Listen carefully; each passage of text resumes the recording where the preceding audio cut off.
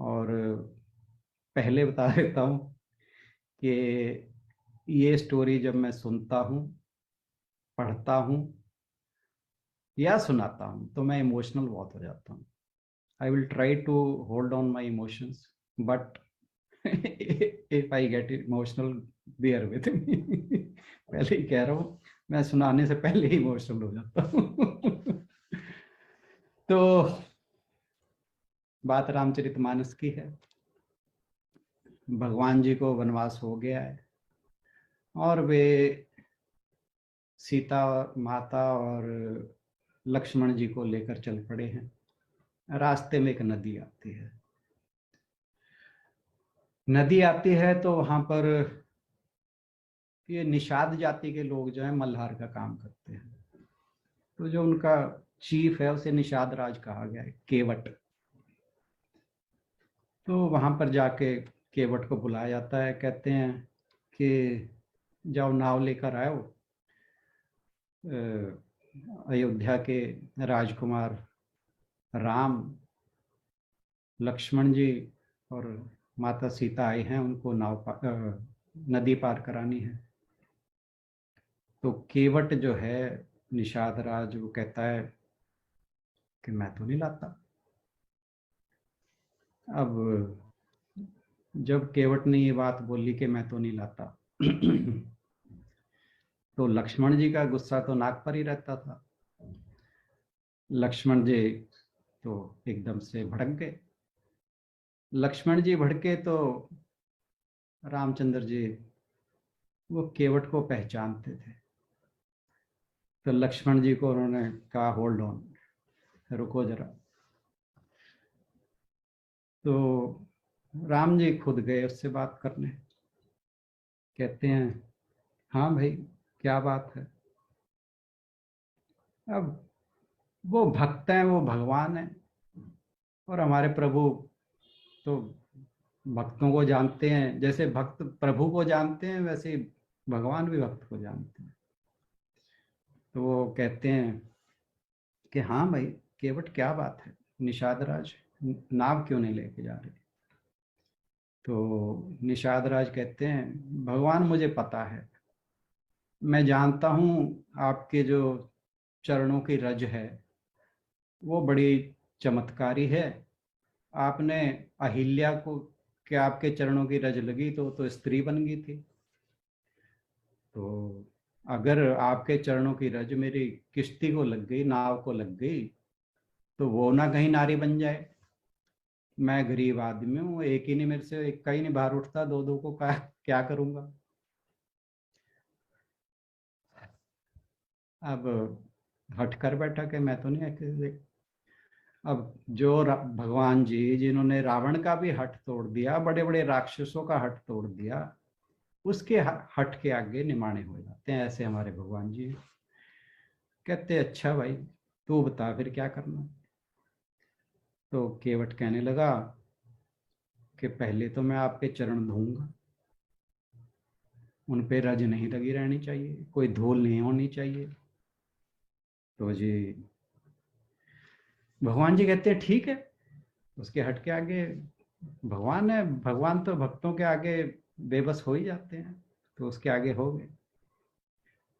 तो जिन भगवान जी के दर्शन के लिए ऋषि मुनि हजारों साल का तप करते हैं, उन्हें पता नहीं मिलते हैं कि नहीं, उस भगवान जी के चरणों को धोने का यश उस केवट को मिलता है। तो वो उन तीनों के चरणों को धोते हैं और अपने माथे पर लगाते हैं। तो जी कहते हैं कि अब आपको उठाकर मैं किश्ती में रखूंगा, ऐसे तो फिर चरणों पे धूल लग जाएगी। तो भगवान जी कहते हैं ठीक है। वो जी उठाकर किश्ती में ले जाता है। देखो भगवान जो सारी दुनिया का भार उठाने वाले हैं, उन्हें वो उठाकर ले जा रहा है केवल। कैसी माया है प्रभु की। खैर,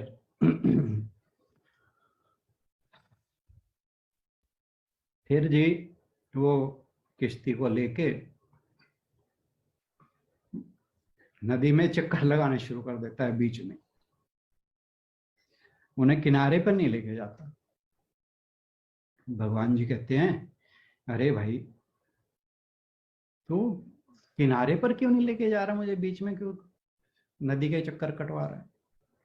कह रहा, भगवान जी आपने भी तो मुझे जन्म मरण के कितने चक्कर कटवाए, पहले मेरे चक्कर जो है जन्म मरण के चक्कर से हटाओ, फिर ही तो मैं आपको पार लगाऊंगा। कह रहे चलो भाई ये भी ठीक है।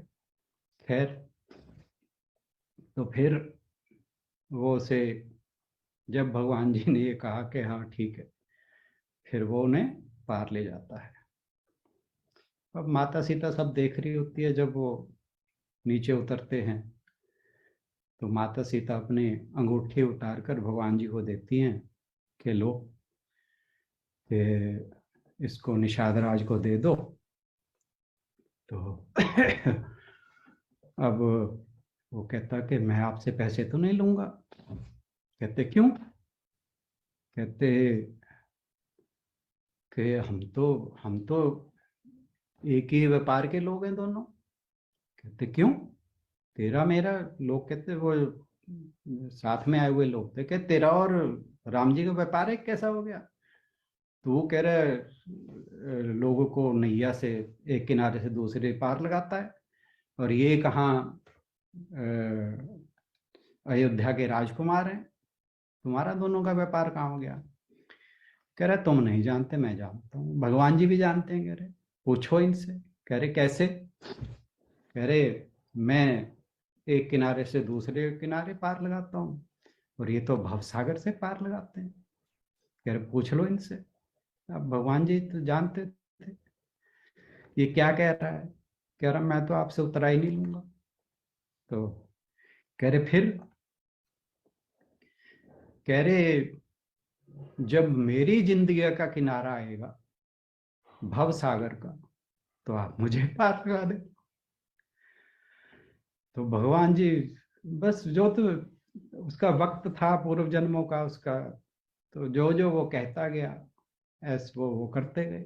तो ऐसे हमारे भगवान जी हैं, इसलिए अपने कर्मों को भगवान जी के अर्पण करते चलो, तो वो भगवान पता नहीं क्या क्या कर देगा, हम सोच भी नहीं सकते वो ऐसा कर देता है।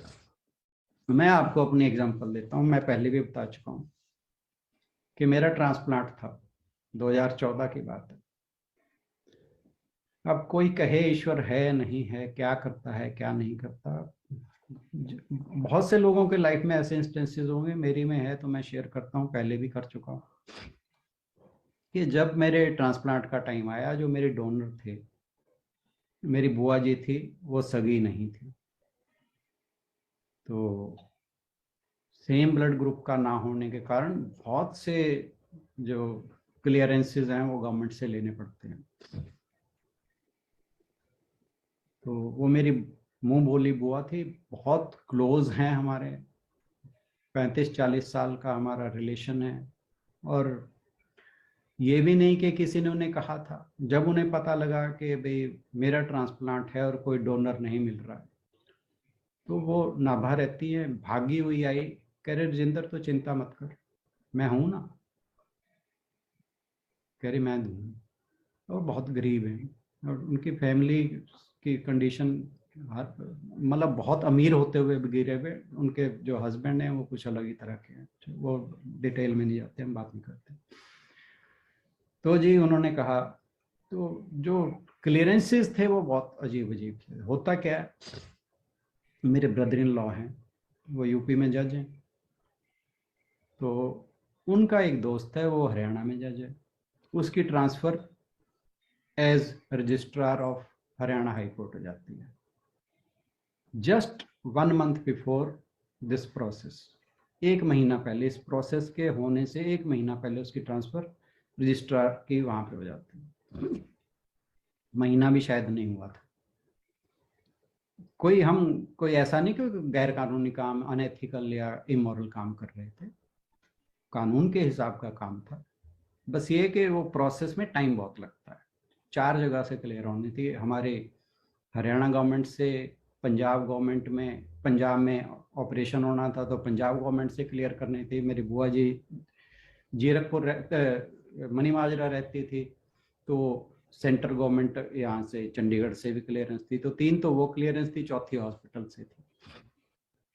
तो बात क्या है, वो आ गया वहाँ पे, तो जहाँ जहाँ एप्लीकेशन जाती गई वहाँ से क्लियरेंस होती चली गई। वो हम जाते थे वहाँ पे, बस वो फैसिलिटेशन थी, वो इजीली हो जाती है। और जैसे ही मेरा ट्रांसप्लांट हुआ उसके 15 दिन बाद उस व्यक्ति की ट्रांसफर दोबारा वापस हो जाती है। अब बताइए मैं कैसे कह दूं कि भगवान जी काम नहीं करते। वो जैसे कहते हैं ना कि योगक्षेमम वहाम्यहम, वो अपने आप करते हैं। तो इसलिए अपने कर्मों को भगवान के प्रति समर्पण करके चलते रहिए, वो बाकी सब कुछ अपने आप देखेगा। आज के लिए इतना ही, मैं ज़्यादा नहीं कह पाऊंगा। थैंक यू सो मच, बहुत बहुत धन्यवाद। Thank you for bearing with me. आज का श्लोक बहुत इंपॉर्टेंट था, इसलिए टाइम भी ज़्यादा लग गया। Thank you.